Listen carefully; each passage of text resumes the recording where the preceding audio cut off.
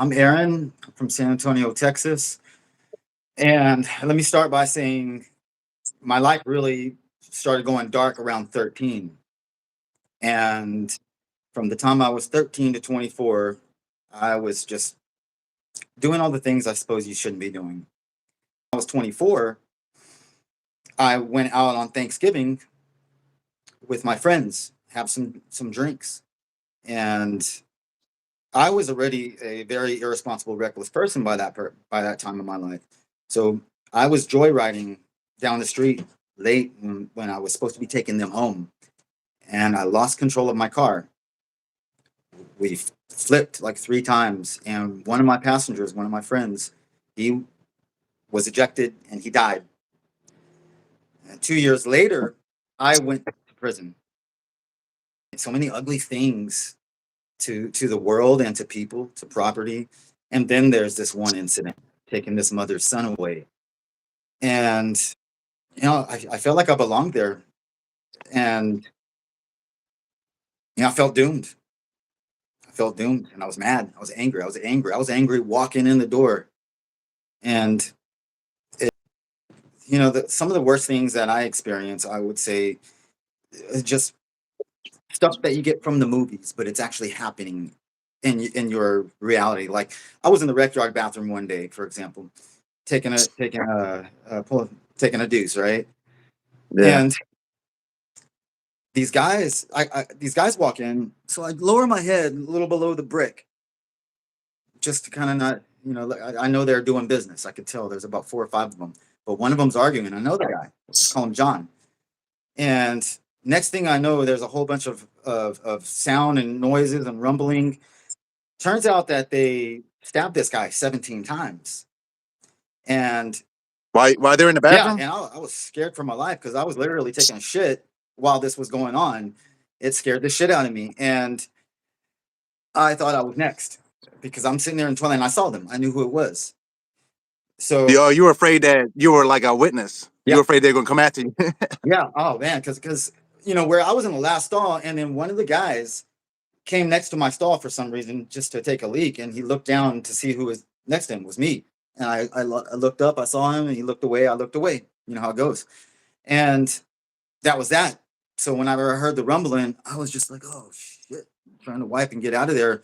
I looked up after about 5 minutes when it was silent and I was still alive, and everybody was gone except for blood and the chaos in the bathroom. The sink was on the floor and water was spouting up. So I went around the corner to the wait station where I so was at. so was the guy laying on the ground? No, The guy no, that got no. stabbed? He was standing against the wall with holding something to his head, looking around like that. And I walked right up to him because I was going back to where I was. He had another shirt on with little blood spots, and not holes. It was a new shirt. And he said, Rodriguez, go in the bathroom and get my shirt, his other shirt. So I'm like, all right. I just reacted and I got his shirt, gave it to him. And then he looked around and he's like, I got to go tell the boss because the dude was dying. Turns out what happened was after they stabbed him, somebody filled up his wounds with Vaseline. Yeah, that's what they usually do. Yeah, yeah. So that he would have died had they not done that. And then of course against the wall, everybody had to put their hands out, strip down, and then we went on lockdown for 2 weeks after that. And the guys, whoever did it, they got caught. And I lived in fear for about a month. And when nobody ever looked at me cross, I figured, well, I guess they never said anything. So made it out of that one alive. I almost got into it with a couple of gang members early on because I was running my mouth in manners that I shouldn't have been running my mouth because I still felt the free world on me. My first 2 years, it was in a private facility holding place, and it was like a party that Yeah. lasted till 3 in the morning. 54 men in a dorm, and as soon as they turned the lights off, everybody's just partying till 3 in the morning. And so I didn't really, other than Yeah. being locked up and not being with my family, I didn't really get it until after 2 years when they sent me to a prison. And I'm like, oh shit, I'm in the cotton fields now, picking cotton. I was pissed off walking in there, and everybody could see it. Everybody could see it. Oh, this guy hates himself. Let's just leave him alone. And I did. I hated myself so much. And back when I was 26, it was different. You know, I was a bigger dude. I had a strong ego. I was self-confident, but I was mad. So I took care of myself. I never got any shit from anybody, and I never gave anybody any shit. People respected me. I respected them, and I didn't fit in any groups. I was considered solo, and luckily my hometown, they were cool to me, even though I didn't speak their language because my hometown San Antonio speaks a lot of Spanish. I don't speak Spanish, but they still embraced me because my name's Rodriguez. It was a very odd situation. I'm also half white. My mother's white. Whites, they didn't accept me as white, but I had a group of small solo people of a couple white guys and a couple Mexican guys that I hung out with at any given place I was at. So I survived. Yeah, how is that? I was going to ask you. I know I'm on the East Coast. I know on the West Coast it's more racial segregated. Is that a thing over there? There's a lot of Mexicans, a lot of blacks, not a lot of whites in But comparison. they keep to themselves, right? For the most part, you won't see any groups sitting with each other, but doing business, and especially during peacetime, you'll see them communicating. But for the most part, I always saw people remaining cordial with each other and friendly, unless there was a race riot thing happening, which is it was very rare.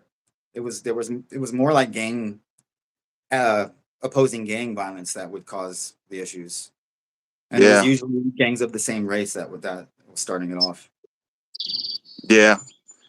Usually when I was locked up, it's over like drug debts and stuff. People they owe money, they get fronts, they can't pay it. Yeah, yeah.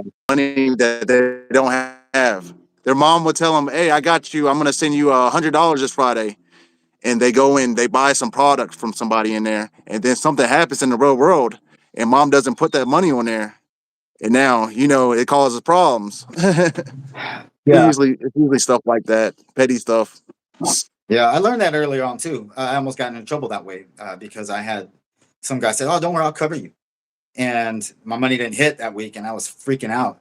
I was young. I wrote my mom. I was like, "You need to send this fast before I get into some trouble." And I learned a lot those first 2 years. I'm very grateful for the mistakes that I made because it taught me how to continue on in prison without incident. Prison was near the hub of where all the medicine is stored and sent out to all the prisons. So they said, let's send all the psych patients to this prison. And there was no activity there, no gang activity, no business going on. It wasn't ran by the gang. And it was a very odd place. I was only there 2 years. But then the last 2 years, I spent at another private facility close to Dallas, Texas. And there wasn't really a lot of gang activity because everybody there had little time, like 20 years or under. Yeah, so there wasn't really, people were trying to go home. Yeah, there weren't people in there that were like, I'm here for 60 years. So the middle 2 years, yeah, that was that prison. There was a lot of old people that had been there for 40 years and still have 40 years left. Did you see any people make any mistakes daily? Like, I'm where's sorry. the most? Did you see people come in there and make mistakes, not knowing any better? Oh yeah, all the time. It's especially after I've been there for a while, and then you could smell them when they come in. Yeah. Whether it's they're disrespecting somebody or they're walking in fear, coward, and then they're getting handled. You ever Things see people things of come in that there and nature. just borrow a whole bunch of stuff from people and try to check out? Yeah, yeah. There was some crazy situations. There was people that put their their body up as collateral and ended up losing out They on would do that? something. Yeah.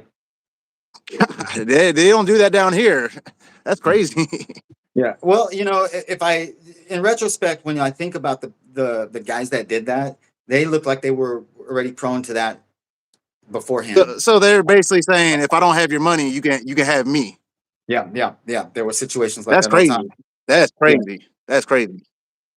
There was a guy called the Cookie Monster, and there was an old black dude that would want to basically just rub his thing on his feet, on this guy's feet, and he would buy him cookies for commissary. And the guy said, "Yeah." So That's crazy. yeah, And everybody knew about it. yeah. They just made fun of him. He didn't know. Nobody made fun of him. It was just normal. It was Hey, Cookie Monster. This hey, Cookie Monster. no, no. You just. I learned about being in these places that there are a lot of crazy things going on, and you just don't know who's doing what kind of activity they're in because they walk around like normal and because of where they're from. This guy was from Honduras, so he had protection from the Honduras gang, but he was still autonomous enough to be able to make those kind of deals. And it was just so when I was in prison, the first thing I was like, well, man, I'm gonna be an old man when I get out at 32, and I'm not gonna be able to. 32. Yeah, that's what I thought going into prison. I'm like, oh shit, I'm gonna be 32 when I get out. I'm just gonna be old. And of course, that wasn't the case. When I went, as you know, prison preserves you. So when I got out at But 32, that's what you think though. When you're young, you think 30 is old, yeah, but yeah, it's yeah, not. You know what yeah, I mean? yeah. Because sure enough, when I got out at 32, everybody that was my age, all my friends, they were all at least 10 years older. They seemed 10 years older than me, 10 years fatter, whatever you want to call it. But I didn't.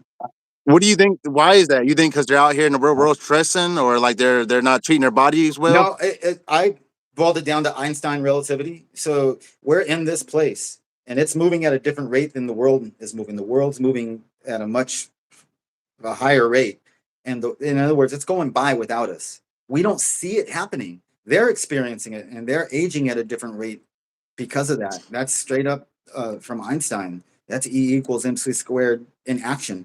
It's just a smaller scale. So instead of us flying to the nearest star, you look at that process as the world moving away from us. Yeah, I guess you could say the world's moving by without you. I guess you could say that. It's definitely moving by without us, and It is. Like when I got so locked up, I thought the world was gonna stop. I'm like everybody's gonna be wanting to call me and stuff. You know, people called at first. I mean, well, people don't call you. You gotta call them. People picked up their phone for me at first, but after a while, the only people that are gonna pick up for you are usually your family, and that's when you realize like that's the only people that are gonna be there for you, and that's the only people that really matter is your family. yeah, That's what makes you realize that. yeah, that and the one friend that I had that wrote me. That was it. The Did one you that mattered. you had a loved one outside holding you down, sending you money for commissary My visits? family, my parents, and my girlfriend at the time when I got locked up, we got married while I was in prison, so we could have How'd that contact go? visits. Oh, it was She was great. okay with that? Oh, Yeah, you did it just so you have contact visits? yeah, yeah. Because she would What do they drive call four that? hours. What is that called? Furlough or something like that? No, no. So basically, she would drive 4 hours to come see me where I was at, and have to talk on this phone that you can't really hear, and then there's a dirty glass in front of you, and it really sucked. And you want to touch your loved one and hold her hand. So we got married, and then that meant when she came to see me that we just got to visit in the same room that you visit your parents with at a table across the table. And then we got to hold hands, and I got to feel a human touch of a woman. Yeah, I mean that's big because when you're in there, I mean you're solo, you're by yourself for all them years, and we're not talking about like a weekend or week. We're talking about years. You know what I'm Yeah, saying? years. When it's wintertime, it's cold. When it's summertime, it's hot. Yeah, yeah. But we ended up getting divorced or breaking up in prison too. So just like any other couple, we would fight. Yeah, It it would be happens. over correspondence. See, the thing that sucks is when you have the other person holding your money, like holding all your money and everything, and they run off on you. Um, That's the part that sucks. I've yeah. seen people like they went crazy in there, like ballistic, man. Like, hey, don't talk to him. Do not talk to him. His girl just left with all of his money. Do not talk to that dude. Oh Yeah. yeah, yeah, yeah, yeah. A lot of that. One guy slit his throat over that, basically, and Oh, killed that's himself.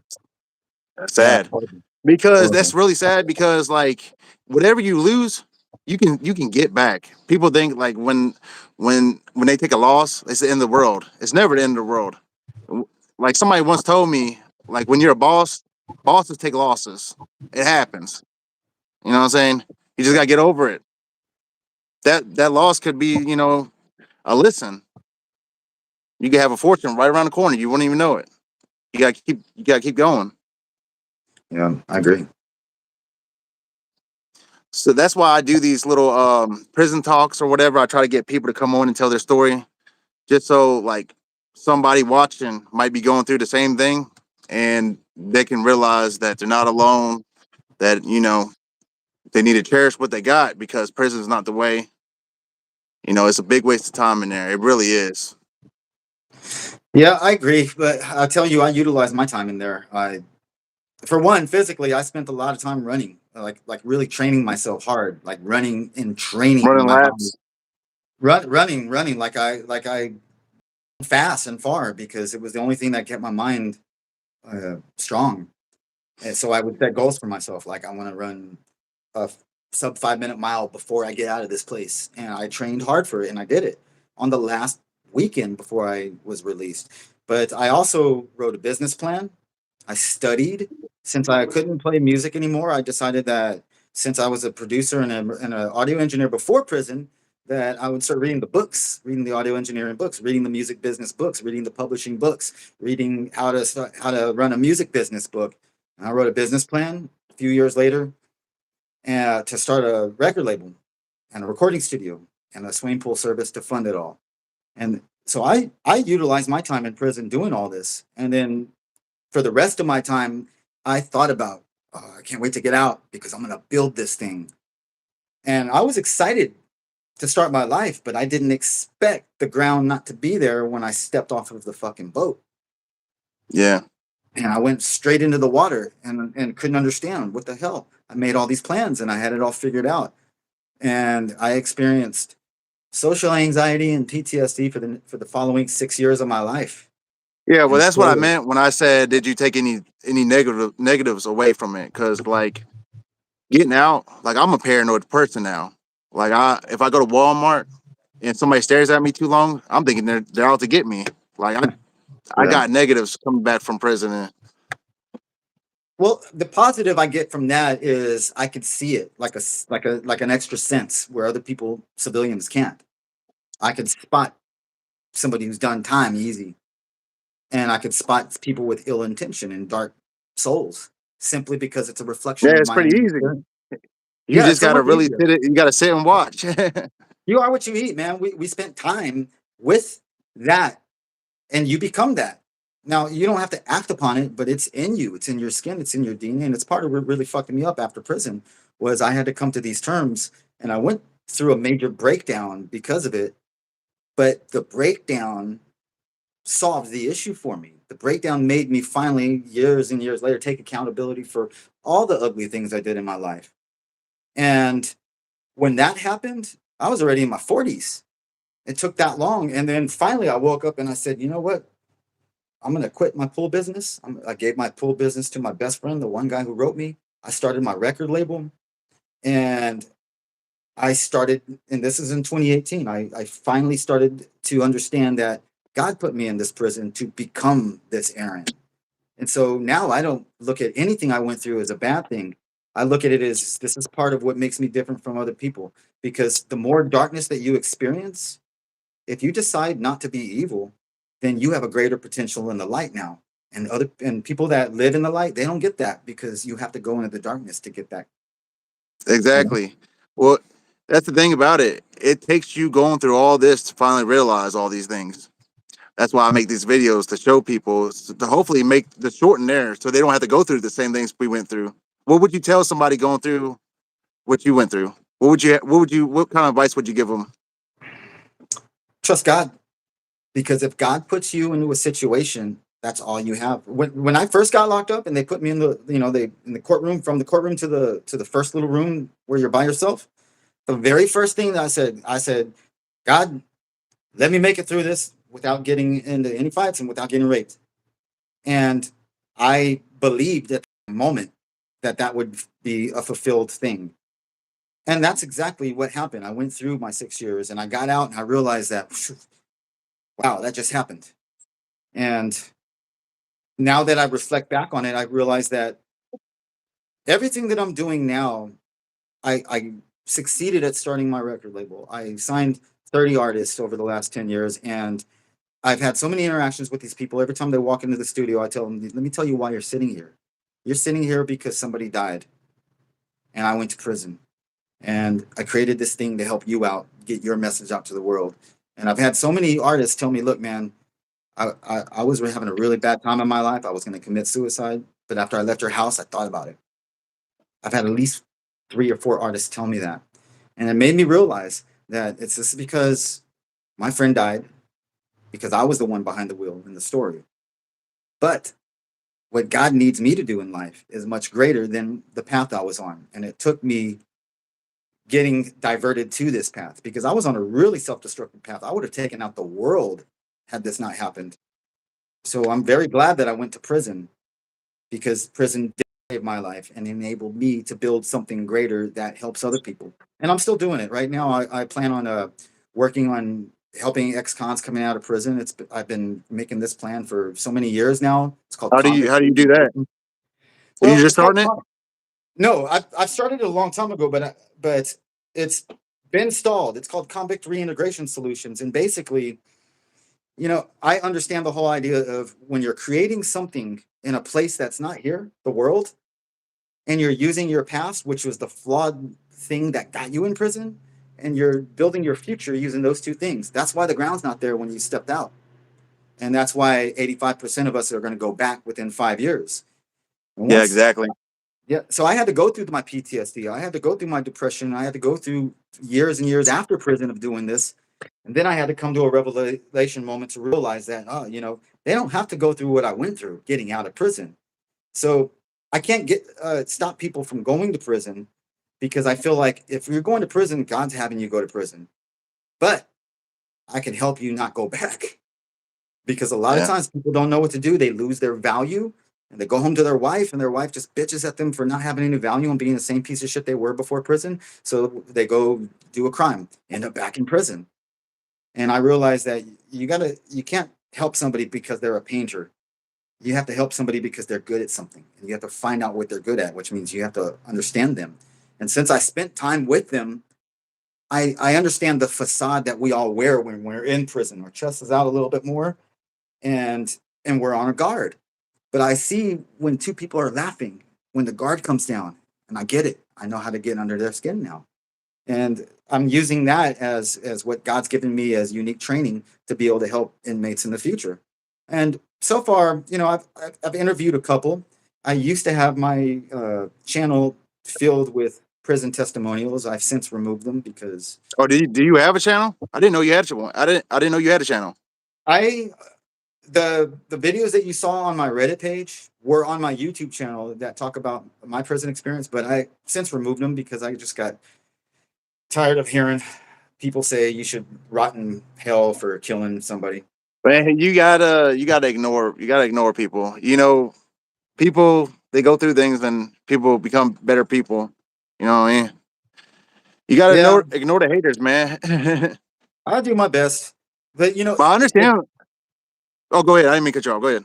it's when I'm strong, it's easy. But if I'm having a weak moment in life, and I'm like, oh yeah, that's right, I am a piece of shit. I took that mother's 20-year-old from her, and then all of a sudden, that's when the downhill slope goes. But these days, I do everything I can to prevent myself from slipping that far down before I get there, because I know it's bad. It'll end up straight into death for me. Yeah, I like the work you're doing now, helping people when they get out. Because I know when I got out, I'm thinking that they were gonna have parades for me. I'm thinking everybody's gonna welcome me home. Yeah. It was not like that. It was just, they gave me $50 here. Family's like, hey, you're back. Do something now. You know what I mean? And it's Yeah. just like I'm sitting there talking about prison all the time, and they're like, you just need to stop talking about prison, and But I tried to like explain to them the situations that I went through in there, and they couldn't. Nobody could really relate to me because they never been through the stuff that me and you've been through. You know what I mean? Yeah. Yeah. So what got me is I started watching. What saved me was I started watching like YouTube and watching other people talk about their prison experiences, and that's what started this whole thing. You know what I mean? Because I was like, man, that's a good story. I was like, I know what he's talking about. I've seen it every day in there. Maybe I could share my stories and help somebody. So I think you should go back on there and share your stories. I think it helps somebody. If it helps one person, then I mean, I think it's worth it. Yeah, and crime. Back to Reddit. When I was posting those videos, I got so many views on one or two of those videos, a couple 100,000, that I had so many comments, and I read so many of them that honestly, about 85% of them were really good comments, and some people were saying, "Man, Yeah, look, bro, see, man, your story really helped me, bro." But it was you, those you one or can't you two that can't really punish the pushed me. people that really want it. You can't punish the people that really need to hear something like that just for the trolls or whatever you want to call them. Those are the people. Those are the younger versions of me and you that are going through their test. That's what they are. You know what I'm Yeah, saying? And you can't hate them for that. You know, they just sure. ain't they ain't been through the things we have yet. Yeah, I'm definitely much more emotionally stronger today than I was, last year when I posted those. So I'm after this, I might just end up taking all those videos and taking them off of private and putting them back up again because I think that'd be a good idea. yeah, you're right. People do need to hear the stories, and I do. I simply put a lot of stories out, like this one time when this guy lost his eye getting over a stupid fight with another guy over him taking a nap during the afternoon. You lost your eye over that, dude. You got me curious. I want to hear that story now. Oh yeah, that's an easy one. So it's my first 2 years. I'm in a 54-man dorm, and it was about 2:30, and there's this old black guy's taking a nap, and his cellie is talking about 3 feet away with another guy in this vicinity. All the bunks are right there, so the people hanging out their bunks, and the dude disrespects him. He's like, "Hey man, I'm trying to take a nap," and you know how that goes. It's like, "Hey man, well, it's 3 o'clock. You know, tough shit. Deal with it." And they squabbled it out, and everything was fine. Now, I don't know why this happened, but the black guy just happened to be getting moved to another dorm. They called him and say, "Hey, pack your bags. We're moving you out." After they fought, so he got all this stuff. He threw his bunk over his shoulder, and he started walking out to the door, talking shit again to the Mexican guy, the younger Mexican guy, who's like in his 30s, right? So the Mexican guy fucked up because his ego got a hold of him, and he couldn't just let it be. He already wanted to fight, but he should have just let this old black guy walk out. Instead, he walked up to him and said, "Oh, you still want to talk shit?" The black guy turned around and clocked him. As he was walking into him, he had his fist, and the guy walked into his fist, and he had his padlock right in his fist, and he Oh, hit he him with had it the yep, and it like and it kind of like a ring. like a ring, and it busted his orbital bone and it shattered his eye. Now we didn't know that until they brought him back a week later, and he had a patch over in his eye. And I'm like, what happened? And he's like, "Oh man, they had to take my eye." And I was just like, my chest just They had to caved take the in. whole eye out. They had to take his whole eye out. Dang. Yeah, that's Over some shit. over. Oh man. Stupid shit. So that's when I really realized that, man, too, it doesn't take anything to get yourself in a bad situation here. It Just doesn't one take second. anything. It just takes a couple of seconds. Yeah. Yeah. And I almost got That's into it with a crazy. gang member because I didn't speak his language. I don't speak Spanish. And he asked another guy next to me if he could use my cup to get ice. He was handling the juice buggy. And I told the guy, "No, tell him I'm going to use it," because I was going to use it. He didn't like that. So he made up some shit. And then his gang was going to discipline me. But my neighbor happened to be the leader of the gang that was running the pod, and from the same hometown. And we were both in the choir playing guitar at the time. So he said, "Look, man, I'll talk to him for you." I'm like, "All right." And he did. He talked to him, and they let me make it with a warning. I didn't owe that gang anything, and it was all good. And that taught me, damn, I don't have to. I really don't have to do anything to get in the shit here. Yeah, it doesn't. Sometimes it's not even your fault. You can Yeah, walk in there and just because people see you having money, you yeah, call home and you're bragging about money too much. You become a target. You didn't do nothing wrong, but you know yeah. what I mean. And I almost got And it stabbed only one other takes a time. second. You almost got stabbed. Oh yeah, I should have told you this at first. So it was a psych patient there, and he ran up to me on the rec yard, takes his shirt off, comes right up to me under my face, and starts mumbling something. I don't know what he's saying, and I'm confused as hell because I'm like, "What's this dude doing?" I'm just about to go do my run, and I'm like, "Hey man, what's up?" And he's like, "Oh, you're talking shit about me." I'm like, "Talking what about you? What are you talking about?" I was genuinely like, "Huh?" with that energy.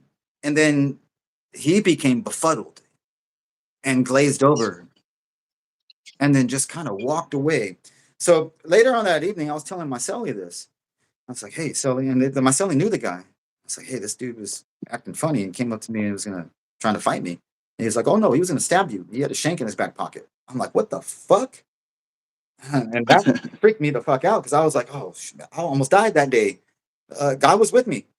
And when I said, what the fuck are you talking about, dude? The spirit befuddled him. And he had no idea what he was talking about. He walked away. Later on that same day, he comes up to my cell and he's like, hey, Rodriguez, hey, I'm sorry about earlier, man. The voices, they were just telling me things. And I was like, don't listen to them. Yeah, don't listen to them.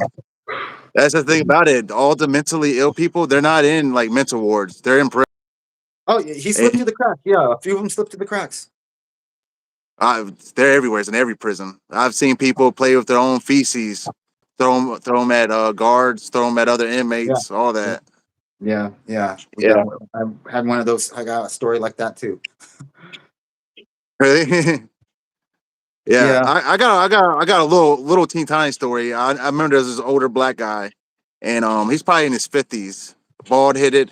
He did something really bad. I think he killed his wife or something. He did something that he was going down the road for a long time, and he was in there. I don't know if he was playing crazy or I don't know what he was or if he really was crazy because he went to the bathroom in his hand and he wiped it all over the back of the wall, all over it.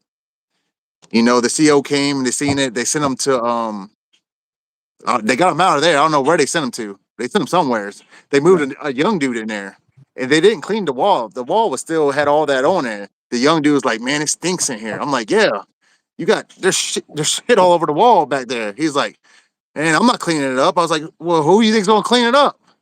You better clean it up."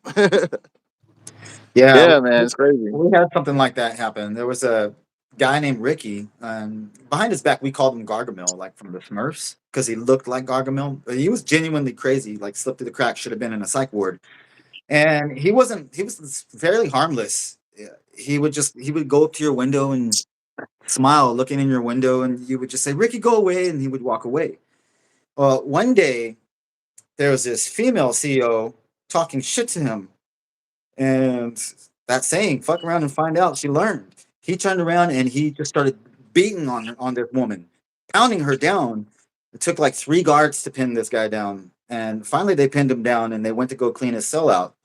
And it's shit all over the wall, all over all 4 walls. And now he lived in the cell by himself because uh, that nobody could live with him because he was dirty and Yeah, nasty no, and crazy. nobody. I don't think anybody's going in there.